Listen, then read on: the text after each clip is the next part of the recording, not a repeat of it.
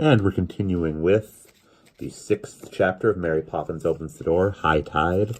The Terrapin, the old turtle, has just addressed Jane and Michael, asking if they know who he is, and we will now hear his speech.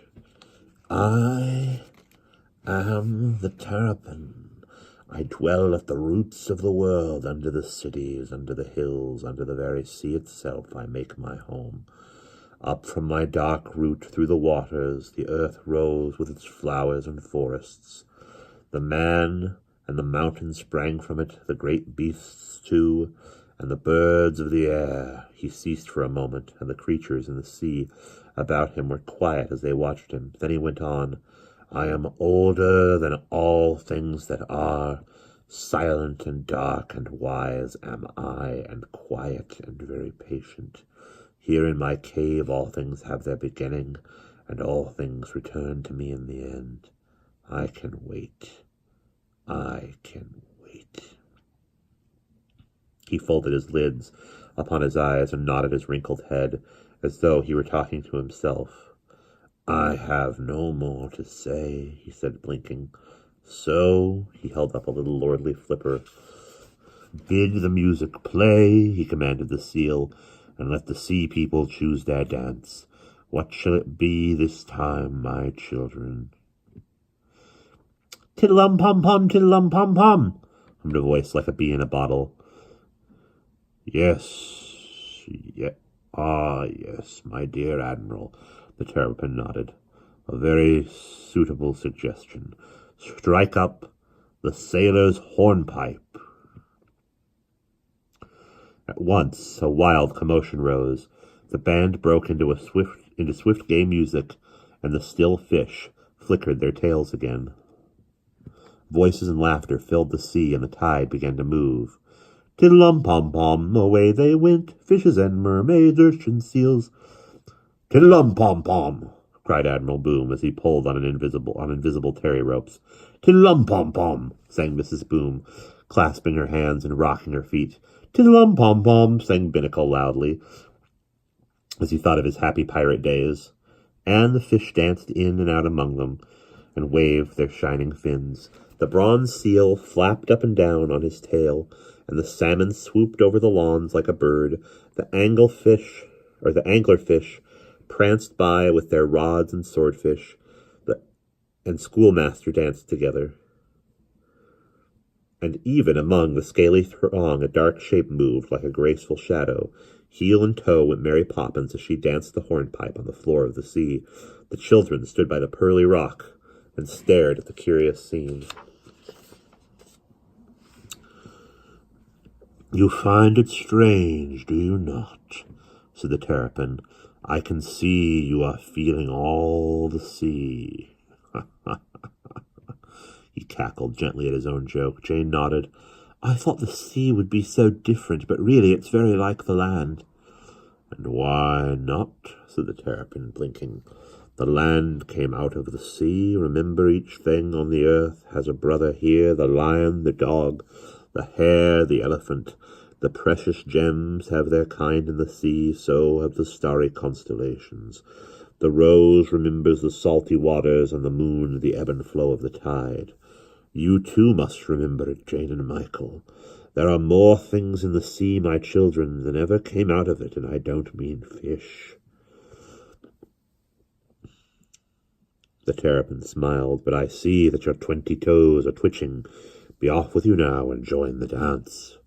Jane seized Michael by the hand. Then, because she remembered he was very old, she curtsied to the Terrapin before they darted away. They plunged together among the fish in time to the beat of the music. Oh, how their bare feet twinkled and pranced. Oh, how their arms waved through the water, and their bodies swayed like strands of seaweed as they went through the steps of the sailor's hornpipe.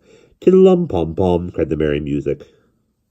As Mary Poppins came swimming toward them, she took their hands as they danced together, pulling and rocking through the boughs of coral. Round they went, faster and even faster, spinning like tops in the spinning water, till dazed with the dance and dazzled with lights, they closed their eyes and leaned against her, and her arms went round them firmly, strongly, as she lifted them through the moving tide. Tiddlum-pom-pom, they swung together, and and the music grew fainter as they swung. Tiddle-um-pom-pom, oh, the circling sea that rocks us in its mighty cradle. Tiddle-um-pom-pom, oh, Mary Poppins, swing me round like a bubble in the falling tide. Swing me round, tiddle-um, swing me round, pom-pom, swing me, swing. Hold me tight, Mary Poppins, murmured Michael drowsily as he felt her comforting arm. There was no answer. Are you there, Mary Poppins? He said with a yawn as he leaned on the rocking sea. Still no answer, so, keeping his eyes closed, he called again, and the sea seemed to echo his voice. Mary Poppins, I want you. Mary Poppins, where are you? Where I always am at this hour of the morning, she replied with an angry snap. Oh, what a beautiful dance, he said sleepily, and he put out his hand to draw her to him. It touched nothing. All that his searching fingers found was a warm, soft bulkiness, suspiciously like a pillow. I'll thank you to dance yourself out of bed. It is nearly time for breakfast. Her voice had the rumble of distant thunder, and Michael opened his eyes with a start. Good gracious, where is she? Surely it could not be the nursery. Yet there was old Dobbin standing still in the corner, and Mary Poppins' neat camp bed, and the toys and the books and his slippers. All the old familiar things were there, but the last thing Michael wanted just now was an old familiar thing. But where's the sea gone? He said crossly. I want to be back in the sea. Her face popped round to the bathroom door, and he knew at once she was furious. The sea is at Brighton, where it always is, she said with fierce distinctness. Now spit, spot, and up you get, and not another word. But I was in it a moment ago, and so were you, Mary Poppins. We were dancing around among the fish and doing the sailor's hornpipe. Humph, she said, giving the bath mat a shake. I hope I have something better to do than to go out dancing with the sailors. Well, what about all the fish, he demanded, and the seal and the salmon and the funny old turtle? We were down there with them, Mary Poppins, right on the floor of the sea. Down on the sea, with a funny old salmon. Well, you certainly have the fishiest dreams. I suppose you had one too many buns for supper. Sailors and turtles, indeed. What next? Her apron gave an angry crackle as she flounced away, muttering. He gazed at her, retreating back, and frowned and shook his head. He dared not say any more, he knew, but she couldn't stop him wondering. So he wondered and wondered as he got out of bed and poked his toes into his slippers, and as he wondered his eyes met Jane's as she peered from under the blankets. She had heard every word of the argument, and while she had listened, she had thought her own thoughts, and her eyes had noticed something. Now she smiled a secret smile at Michael and nodded her head wisely.